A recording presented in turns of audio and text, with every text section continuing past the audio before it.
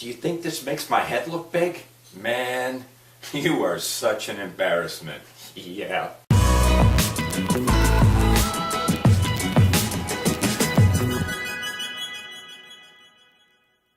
Hi, and welcome back. I am the Wayward Mind, George Gaida, and today we want to talk about closure.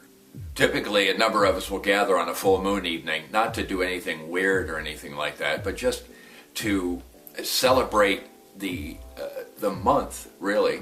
And we gather in community and we just have a good time. We step out of the 3D world, as it were, and discuss things and share things and celebrate things that have nothing to do with any of the things going on in the world, politics and all of that. We don't even discuss that. What we discussed last night, one of the things was a topic that came to my mind. I woke up with the word closure in my mind. Now, what that meant is we're getting to a point in the timeline, as I call it. It's time to take a look at closure. Now, when I say closure, we all have that little incident in our past that we never had closure on, whatever it might be. For me, one of the things when I was around 12, we were having a new home built. And I went to school one day, and when we came home, my mom picked us up at the bus stop, and we ended up at the new home. I never got the closure to say goodbye to the old house, to my old home.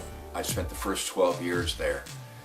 That haunted me for a very long time until I woke up one morning and I discovered kind of a technique that I use that helped me bring closure to that little traumatic moment in my life. Now, it was a part of my life that helped me move forward in my life, but it was something that I've got to face and close, get a closure on.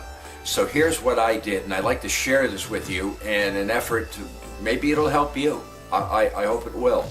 One of the things that I did then is I closed my eyes and I imagined that incident that caused me not to get closure, whatever that might be. In this case, it was moving away from the old house and never being able to say goodbye. So what I did was I imagined that time. Now, don't go back to that time.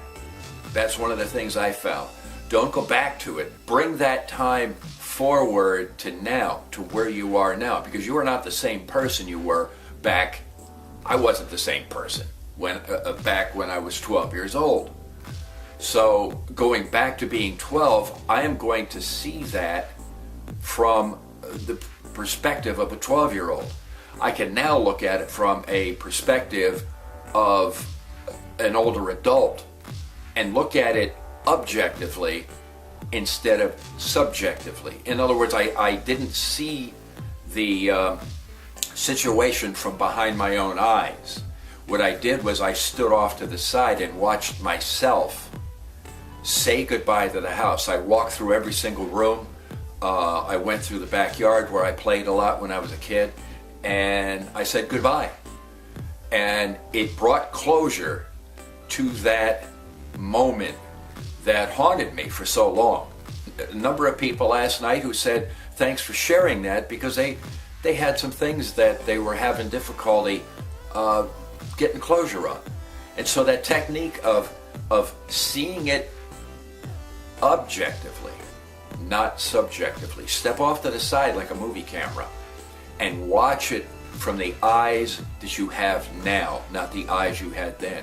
That's a safe way to get closure, because you won't be going back to that energy, that vibration of that time. You can look at it now and it'll be a lot easier for you now. And that's my suggestion for today. And now, time for some shameless self-promotion. I really hate to be a bother, but if we sell 1,000 issues by Christmas Tiny Tim will get to walk again.